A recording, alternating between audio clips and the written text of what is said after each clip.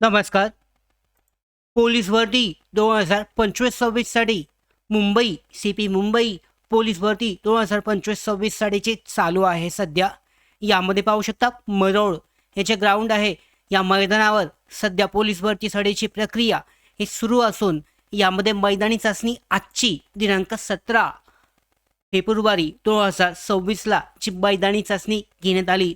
त्यामध्ये बहुतांश उमेदवारांचे जे यामध्ये ग्राउंड झालं त्यामध्ये त्यांना रनिंगमध्ये अडचणी आल्या होत्या. तर त्यांचा जो अनुभव आहे हा त्याने आपल्याला सांगितलेला आहे आणि याचा अनुभवाचा उपयोग पुढचे जे यामध्ये मैदानी चाचणी आहेत यानंतरच्या 18 तारखेला असतील, उद्या असतील, परवा असतील, त्यांच्यासाठी खूपच महत्त्वाचा असा असणार आहे. तर आजच्या व्हिडिओमध्ये मरोळ या ग्राउंडवर जी पोलीस भरती आजची झाली होती दुपारी, तर ती कशा पद्धतीने झाली, उमेदवारांचं जे विद्यार्थ्यांचं जे अनुभव आहेत त्यांच्या शब्दामध्ये आपण जाणून घेणार आहोत. त्यांनी सांगितलेली माहिती. तर यानुसार पाहू शकता मुंबई मरोळ ग्राउंडवर झालेल्या पोलीस भरतीसाठी शारीरिक परीक्षेचा जो पूर्ण अनुभव आहे आणि खरंच नक्की काय परिस्थिती आहे त्या ठिकाणी, कशा पद्धतीने मैदानी चाचणी घेतली जाते, सगळी माहिती, किती वेळ थांबावं लागत आहे, टायमिंगमध्ये काय प्रॉब्लेम होतोय, सगळी माहिती प्रामाणिकपणे आपण आजच्या व्हिडिओमध्ये जाणून घेणार आहोत. व्हिडिओ यासाठीच शेवटपर्यंत पाहायचा आहे कारण टायमिंगचा जो प्रॉब्लेम झालेला, समस्या आली होती, व्हिडिओच्या शेवटी याबाबत आपण चर्चा करणार आहोत. त्यामुळे महत्त्वाचा व्हिडिओ असून नवीन असाल नोकर भारतीच्या यूट्यूब चॅनलवर तर सबस्क्राईब करून ठेवा आणि बेल आयकॉनला सुद्धा क्लिक करा, म्हणजे सगळ्या महत्त्वाच्या अपडेट तुमच्यापर्यंत वेळेवर पोहोचतील. तर रिपोर्टिंग टाईम आणि सुरुवातीचा अनुभव जो आहे हे पाहून घेऊयात. तो रिपोर्टिंग टाईम जो आहे दुपारी त्याने जो अनुभव सांगितला आहे, दुपारी 12 वाजताचा रिपोर्टिंग टाईम होता, पण ते 11 वाजताच त्या ठिकाणी पोचले आणि लाईनमध्ये उभे राहिले होते दुपारी आजची. आणि गेटवर सुद्धा प्रचंड जास्त गर्दी होती. यामध्ये लांबच लांब रांगा होत्या कारण पाहू शकता खूप जास्त उमेदवार यामध्ये मैदानी चाचणीसाठी एका दिवसासाठी आहेत मुंबईसाठी, कारण तेवढे अर्जसुद्धा आले आहेत. आणि या कारणामुळे फक्त आज जाण्यासाठी अर्धा ते पाऊण तास लागला. म्हणजे 11ला जरी पोचले असले तरी प्रत्यक्ष 12 त्यांना वाजले, उशीरच झालेला आहे. आता गेटच्या आतमध्ये पोचल्यानंतर काय, तर आत गेल्यानंतरनं तुम्हाला त्यांना आधी बसायला सांगितलं.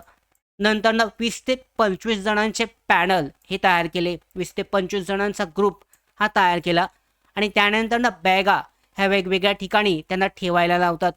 कुपन कोड जो आहे हा स्कॅन करायला दिला जातो.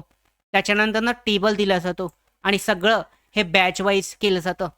त्याच्यानंतरनं टेबलवर तुम्हाला डॉक्युमेंट व्हेरिफिकेशन जे असतं बॅचवर कागदपत्र पडताळणी ही करावी लागते.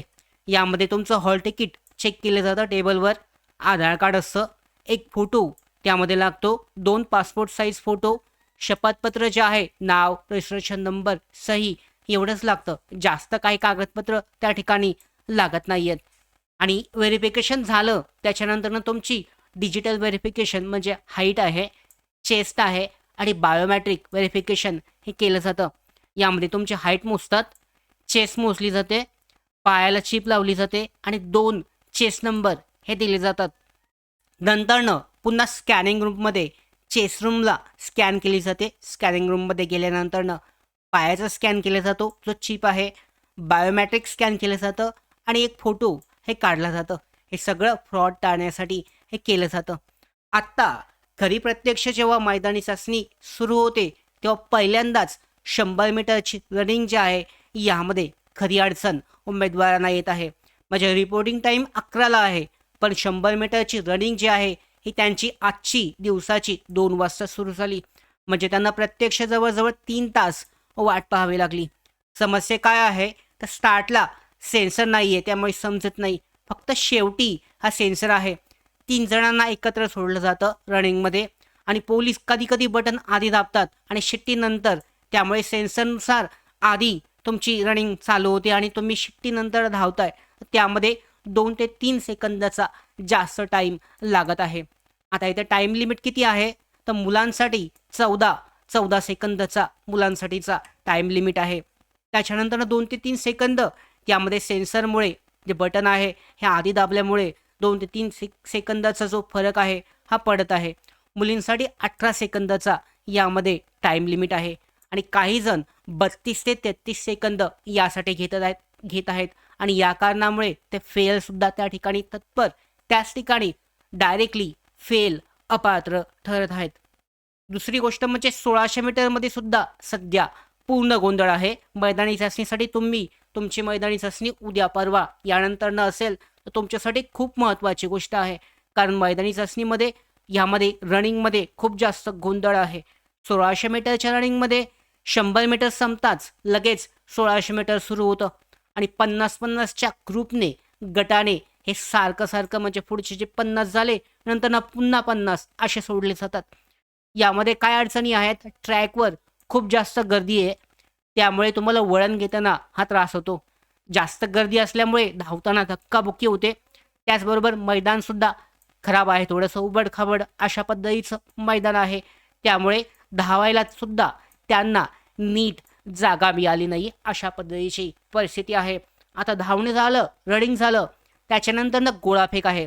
तर गोळाफेकमध्ये जर पाहिलं तर जास्त वाटची आहे ही पाहावी लागत आहे. म्हणजे 1600 मीटर संपलं, रनिंग संपली, 2 वाजता पूर्ण झालं, पण गोळाफेक सुरू व्हायला 4:30, 4:30 नंतरचा वेळ हा लागत आहे.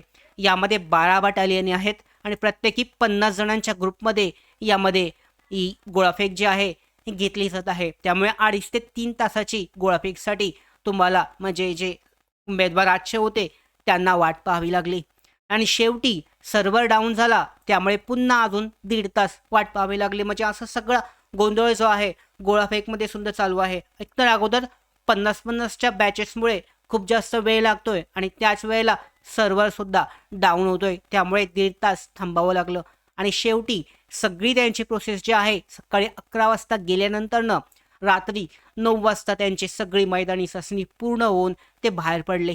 तर अशा पद्धतीची परिस्थिती सध्या CP मुंबई मैदानी चाचणीसाठीची मरोळ या मैदानावर आहे.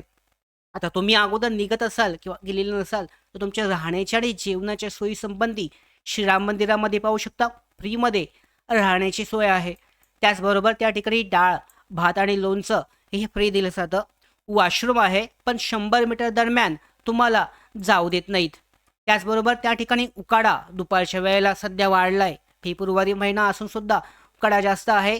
दुपारी 2 ते 3ला खूप कडक ऊन आहे आणि त्याच वेळेला तुमची रनिंग येते, त्यामुळे थकवा हा तुम्हाला येऊ शकतो. याची खबरदारी घेऊन त्या पद्धतीने तुमची तयारी असणं आवश्यक आहे. तर एकूण परिस्थिती काय आहे, एका दिवशी 7,500 उमेदवार 15 तारखेपासून पुन्हा 9,000 उमेदवार म्हणजे आजचे आपण पकडलं तर वाढले पुन्हा. आजची तारीख 17, उद्या परवा मैदानी चाचणीसाठी उमेदवार हे वाढत आहेत. त्यामुळे गर्दी ही अजून वाढते आणि काही जण तर थकून मैदानावर बसत आहेत. तर या कारणामुळे ही गोष्ट तुम्हाला लक्षात ठेवून त्या पद्धतीने तुमची मैदानी चाचणीसाठीची तयारी असणं आवश्यक आहे.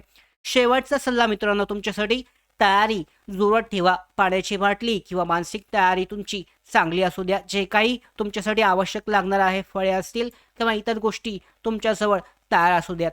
गर्दी, उकाडा आणि वाट पाहणं हे सगळं सहन करावं लागत आहे, पण जर तयारी चांगली असेल तर नक्की तुम्ही पुढे जाऊ शकता, पास होऊ शकता. व्हिडिओ आवडला असेल तर नक्कीच लाईक, शेअर, कमेंट आणि सबस्क्राईब करा. अजून माहिती हवी असल्यास या पद्धतीनेच आपण महत्त्वाच्या अपडेट अशाच पद्धतीने दररोजच्या पोलीस भरती 2025-26 बाबतच्या प्रत्येक घटक न्याय देणार आहे. CP मुंबई मरोळ मैदानावर सगळ्यात मोठी पोलीस भरती प्रक्रिया सध्या मैदानी चाचणी सुरू आहे. कारण सगळ्यात जास्त जागा त्या ठिकाणी असून सगळ्यात जास्त अर्ज सुद्धा याच ठिकाणी आलेले आहेत. पोलीस भरती 2025-26 बाबतच्या सगळ्या महत्त्वाच्या अपडेट अशाच मिळवण्यासाठी लोकल भारतीच्या यूट्यूब चॅनलला सबस्क्राईब करा. धन्यवाद.